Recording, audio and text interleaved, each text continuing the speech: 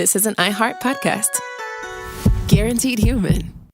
With no fees or minimums on checking accounts, it's no wonder the Capital One bank guy is so passionate about banking with Capital One. If he were here, he wouldn't just tell you about no fees or minimums. He'd also talk about how most Capital One cafes are open 7 days a week to assist with your banking needs. Yep, even on weekends. It's pretty much all he talks about, in a good way. What's in your wallet? Terms apply. See CapitalOne.com/bank. Capital One, N.A., member FDIC. Brought to you by the reinvented 2012 Camry. It's ready. Are you? Welcome to Stuff You Should Know from HowStuffWorks.com.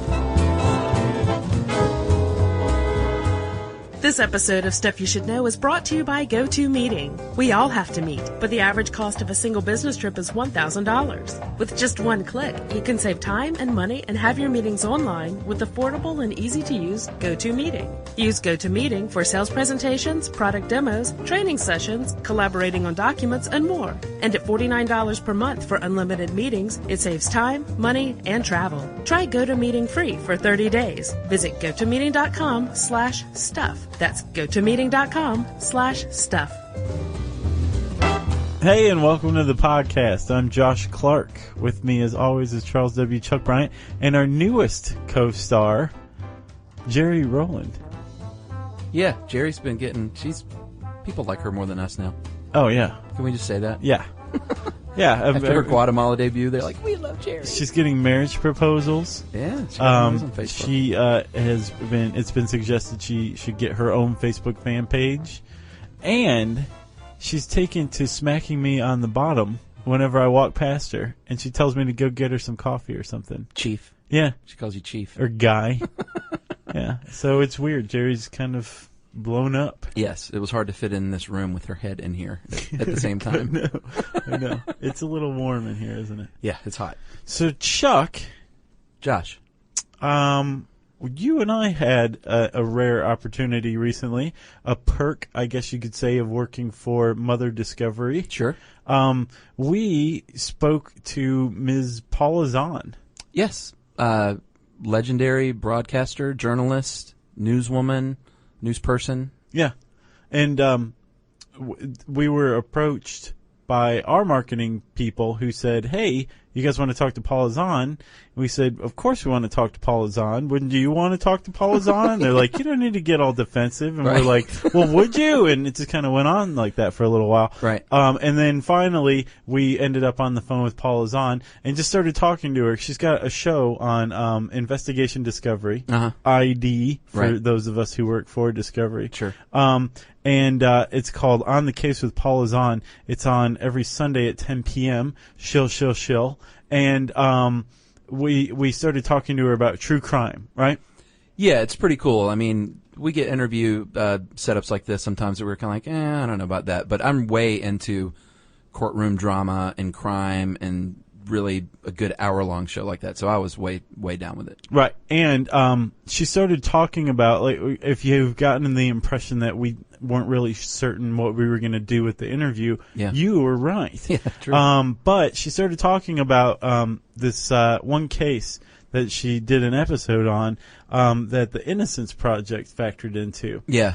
And that kind of rang a bell, but we started looking into it, and we remembered that last October there was a big kerfuffle about the Innocence Project out of Northwestern University's Medill Journalism School. And I think the Cook County chief prosecutor, maybe? The state's attorney? Oh, okay. Yeah. Even stronger, more potent, wanted to subpoena all of the notes and the grades of all the students on this case. Right. And it was just a big, stinky deal. Yeah, because the deal is these were journalism students as opposed to law students. Right. So it's a bit of a fine line there between, journalists aren't supposed to give up their sources, telling these journalists student journalists, they have to turn over all their information. And so it's kind of a big deal as to where this thing ends up. Right. And as far as I know, it's gone kind of cold, right? Yeah, I think so. But it was enough to spur our interest in looking up the Innocence Project a little more, and we realized, ding, ding, ding, this is it. This is what we're going to do it on. Yeah. This is just a cool program, right? Yeah, I'd heard of it before. Basically, the Innocence Project, if you haven't heard of it, is they are those, when you hear about a murder case where someone's been in prison for 20 years for a murder case or rape case, or doesn't really matter what kind of case it is, as long as there is DNA evidence that they can dig back up and retest with modern methods, they can exonerate some, an innocent person. Some mugs. Yeah, some mugs who've been in jail for a long, long time. And these are the people that you see on the news that's like, yeah, I was in jail for 28 years and now I'm a free man, and thanks to the Innocence Project. Right. The group themselves, it was founded by a couple of guys named Barry C. Scheck and Peter J. Newfield. Yeah, Scheck was, he was on the OJ team for a while, wasn't he? Yeah. Yeah. Yeah. They founded this project in 1992 as part of the Benjamin Cardoza School of Law at Yeshiva University, right? And basically what they do is poor people, and by poor I mean both senses of the word, literally and figuratively, who have been incarcerated wrongly, get really top-notch quality legal aid for free. Yeah. From law students, mostly law students, but then in the case of Northwestern University, it can also be journalism students. Right. Who start pounding the pavement, interviewing old leads, coming up with new ones, trying to find the person who actually did the crime. Yeah, it's based in DNA evidence, but the students actually do a lot more investigating as if it was just an open case. Yeah, and so it's not only DNA. It's pretty cool. Out of the DNA exoneration cases, there's been 254 since the first one in 1989. But out of those 254, in 111 of those cases, the actual perpetrator's been found from the DNA investigation. Yeah, and that's something that Scheck likes to point out, obviously. He's hanging his hat on that. Right, but so you say, well, why do you need a group of do-gooder, Scooby-Doo law school kids to go do this? The reason why you have to do it is because you virtually need a law degree, or to be well on your way to earning a law degree, to navigate the kind of legal waters it takes to file an innocence appeal. A post-conviction appeal saying, I'm actually innocent and I need you to go conduct some DNA tests that weren't conducted before. Right. Because my court-appointed attorney was lazy, or because there wasn't DNA testing before. Or because a lot of the original evidence was destroyed, which we'll get to, which happens way more than I was comfortable with. Yeah. That, I think, is the key takeaway for me from researching the Innocence Project, is that our legal system is fundamentally flawed. Yeah, in a lot of ways. In more than one way. Sure. You're absolutely right. As anybody who saw the Tom Selleck movie, An Innocent Man, knows, cops aren't always on the up and up. Yeah, a lot of times you'll get a lot of these cases that we reviewed, and we're not knocking cops, believe me, or detectives, but there's often a lot of pressure on these high-profile cases to find somebody, and if there's some material evidence there or some eyewitnesses that may or not be too credible, sometimes there's a little coercion, sometimes there's a snitch, and all of a sudden you have somebody that's going to prison for something they didn't do. Right. There was this really big landmark deluge case out of the LAPD, I think in 2000, where one of the guys on this elite crash unit was busted with 6 pounds of stolen cocaine that he was dealing. One of the cops? Yeah. Oh, okay. And he started dropping bombshells like nobody's business. He and other people on the force have been shooting innocent people. Wow. And framing them with guns, stealing drugs, dealing drugs, stealing money, framing people. And as a result, between 100 and 150 convicted felons were released. They had their convictions overturned because they've been framed. So it definitely happens. Yeah. It's not just in Los Angeles. And it's not just in Denzel Washington movies. Right. You kind of get the idea that there's a systemic kind of informal procedure for railroading somebody that you are pretty sure is guilty. Yeah. But you don't really have a slam dunk case. So well, that's the case with the Florida one, which we'll get to. Yeah. Remember how like they found out that several people had been convicted in the same manner, right, after this guy? Yeah, which is kind of chilling, like because you're seeing how the investigators and the prosecutors down in Brevard County functioned in like the early 80s. Right. You know? So Chuck, let's talk about how people end up wrongfully convicted. Right? Yes. There are many ways that this can happen, but here are a few. Eyewitness misidentification is a huge one. Yeah. It was a factor. They've got some stats here, which is awesome. It's this kind of testimony has been a factor in 75% of post-conviction DNA exoneration. So when they have let someone free with the Innocence Project, or maybe not with the Innocence Project, 75% of the time there's been misidentification. And one of the big problems is involving race.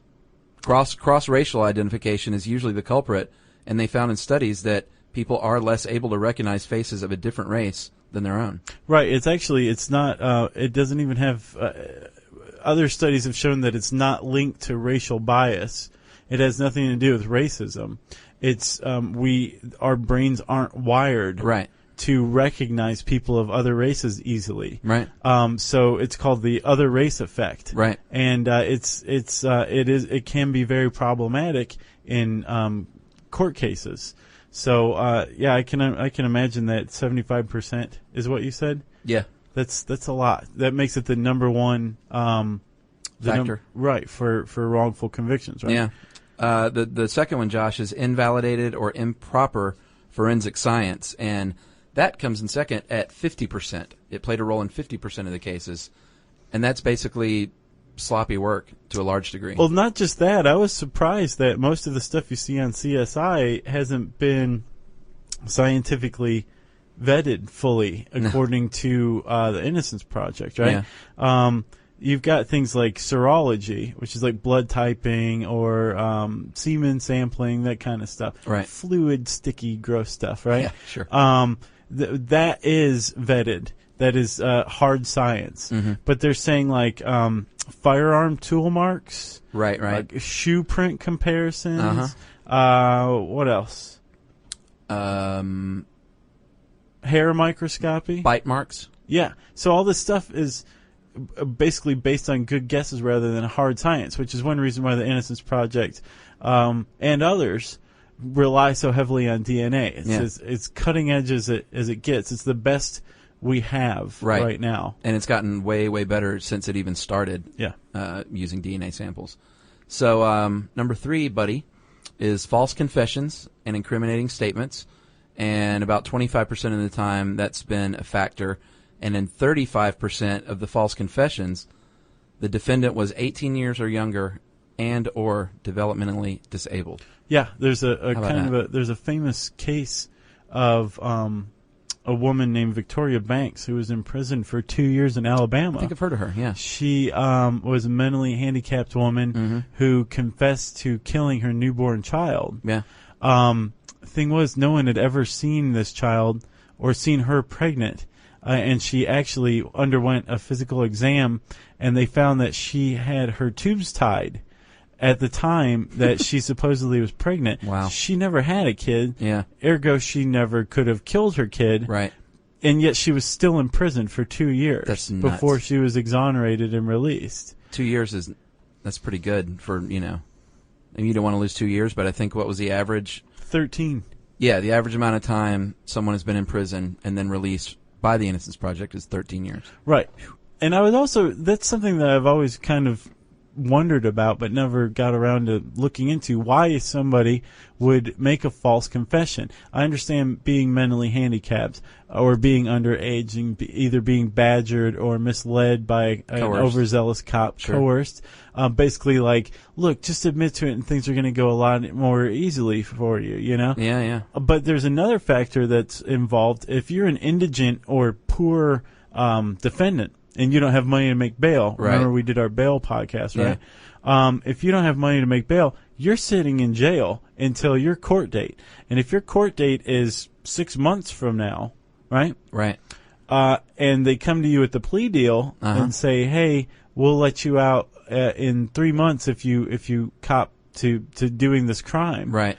Which one are you going to do? Right. Or cop to a lesser crime, maybe. Sure. That you still didn't commit. Right. So what are you going to do? Sit in jail for 3 months or 6 months? Right. Well, you're probably going to go for the 3 month thing. So that's a wrongful conviction right there too, based on false testimony or false confession. Well, and if you're poor and indigent, you might not know all of your options. You might not be the most educated person in the world, and you're between a rock and a hard place many times. Right. So number 4, Joshua, snitches. 19% of the cases involve dirty, rotten snitches. And I say that because most times or many times these snitches are flat out lying, and they're trying to get themselves out of trouble in some way. Right. As was the case, and finally, we've arrived in Brevard County, 1981, Chuck. This case is... Yeah, there's a guy named William Dillon. And he was, I think, like 18, 17, something like that, down in Brevard County, Florida. He lived down there. He was a bit of a pothead, and he already had a drug beef against him, but nothing heavier than that, right? No, I don't think so. Some guy named James Dvorak winds up dead. He's found beaten to death on the beach at Canova Beach, Florida. Right. And the cops are trying to figure out who did it. Well, Bill Dillon happens to be sitting in his brother's car, hanging out, smoking a joint with his brother, when the cops come up and ask him what he's doing there.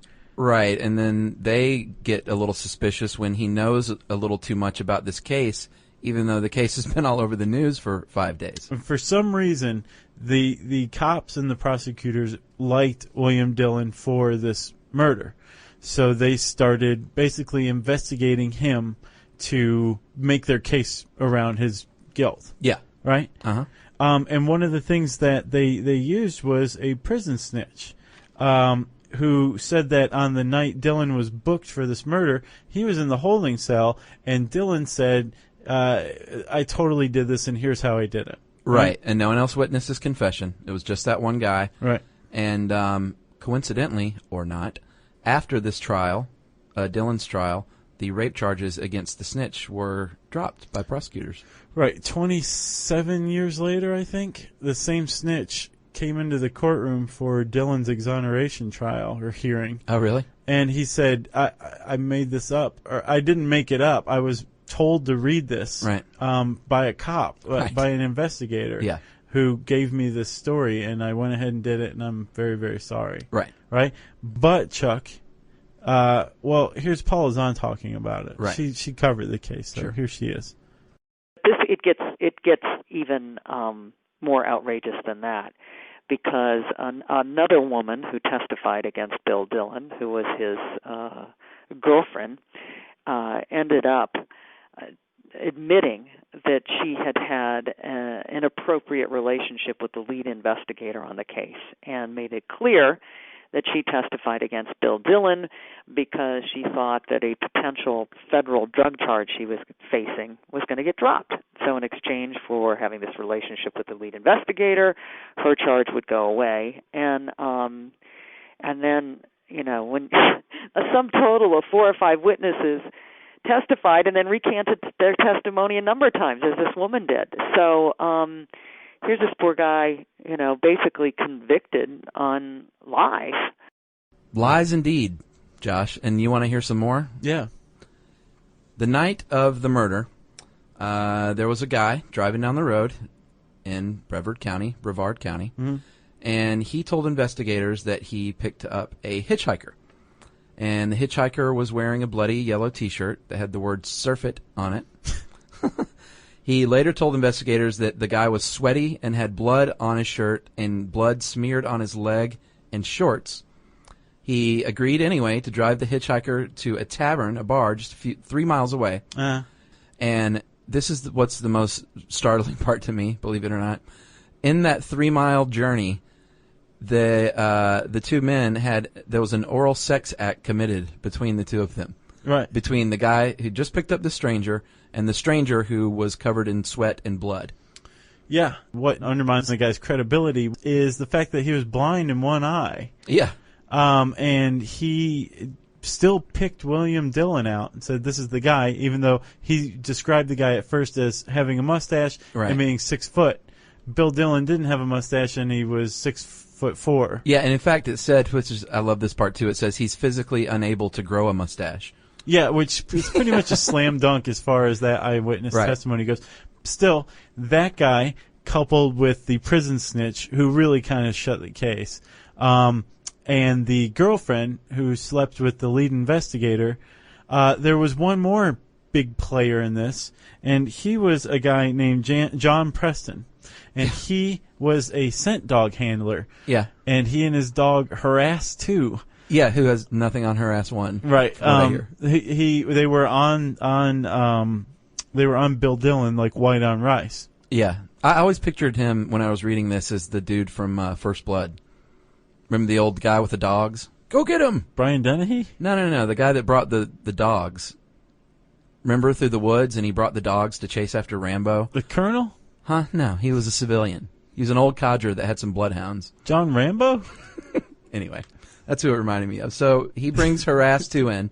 They conduct a couple of tests, one of which, well, we should say real quick that while in the car after the sex act, the guy, I guess, took his shirt off, which, oh yeah, you know, and leaves the shirt in the guy's car that had picked him up. The guy realizes the shirt's in there and just throws it in the trash.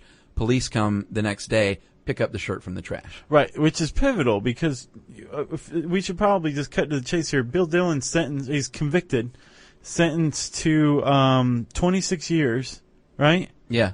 Or more. He served 26 years. And he was sentenced to life. Was he? Okay. Yeah. So he serves 26 years.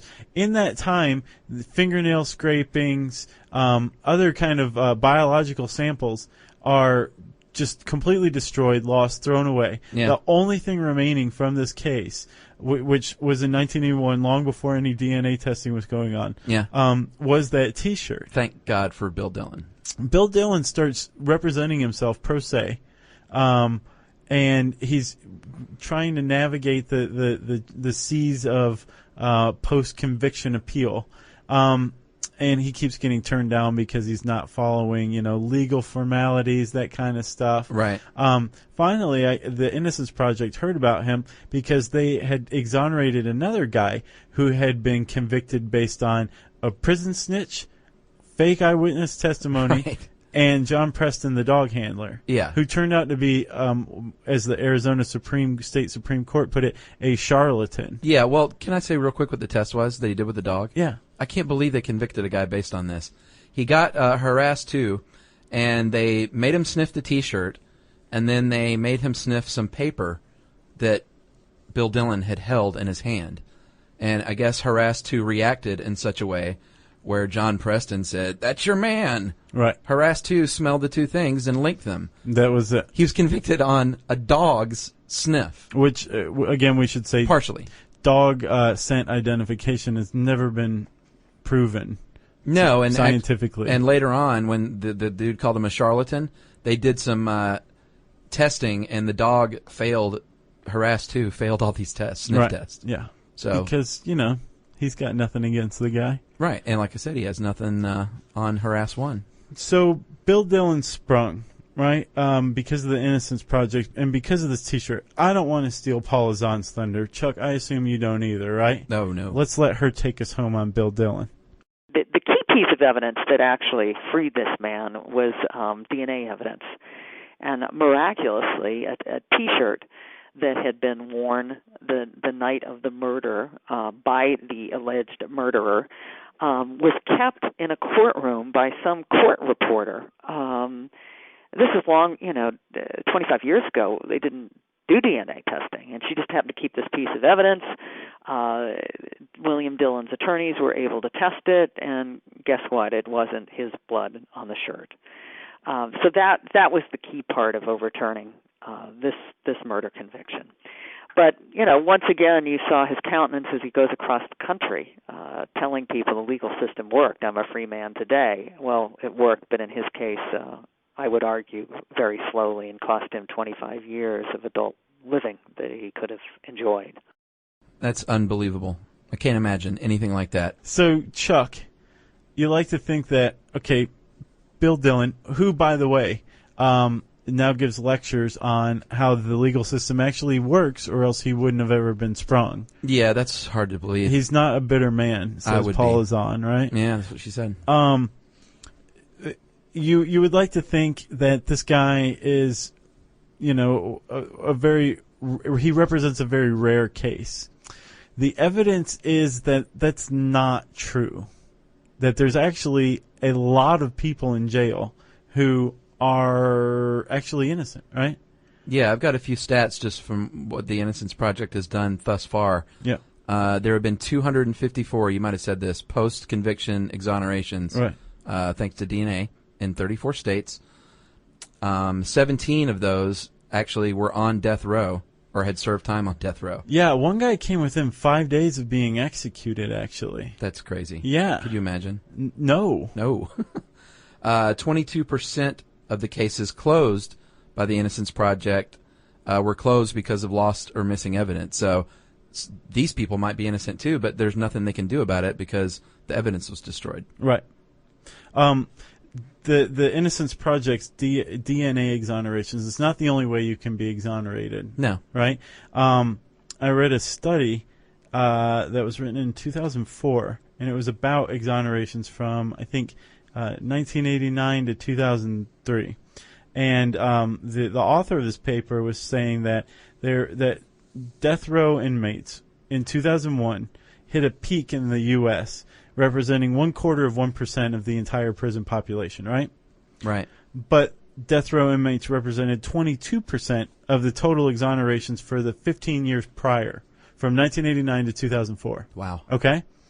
So what this guy was saying was, okay, there's two ways of looking at it. Number one, that death row inmates, death row cases are actually more likely of being wrongly imprisoned because of the pressure to catch somebody for a horrible crime, that kind of thing. And he's saying that's probably correct to an extent. But he's saying the other hand is probably correct as well, in that there aren't necessarily more death row inmates who are wrongfully imprisoned than in the general prison population. If that's true, right, that 22% of the total population of exonerations, if that's true, then between 1989 and 2004, there should have been 28,500 non-death row exonerations rather than 255. Wow.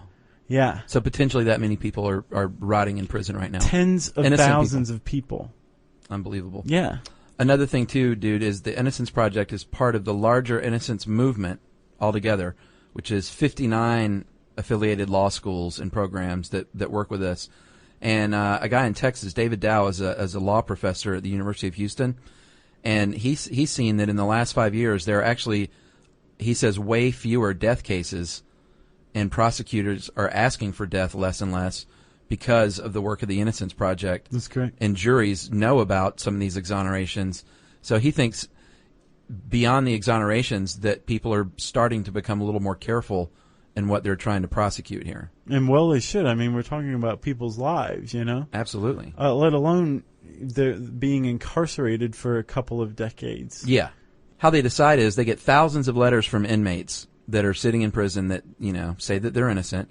And they say the letters range from really formal and well-written to one that came in 2000 that said simply, "I am not the man who did this rape. All I want is to go home." He couldn't even, spell. Wow. And he did go home. Good for him. Yep, his name was Ricky Johnson in Angola Prison in Louisiana, and he was freed thanks to the Innocence Project and DNA. Wow. So they have basically a bunch of volunteers, including a high school teacher, an ACLU veteran, a former journalist, and a poet who plow through these letters that they get and try and determine if they merit, and they don't do it on whether or not their heartstrings are pulled.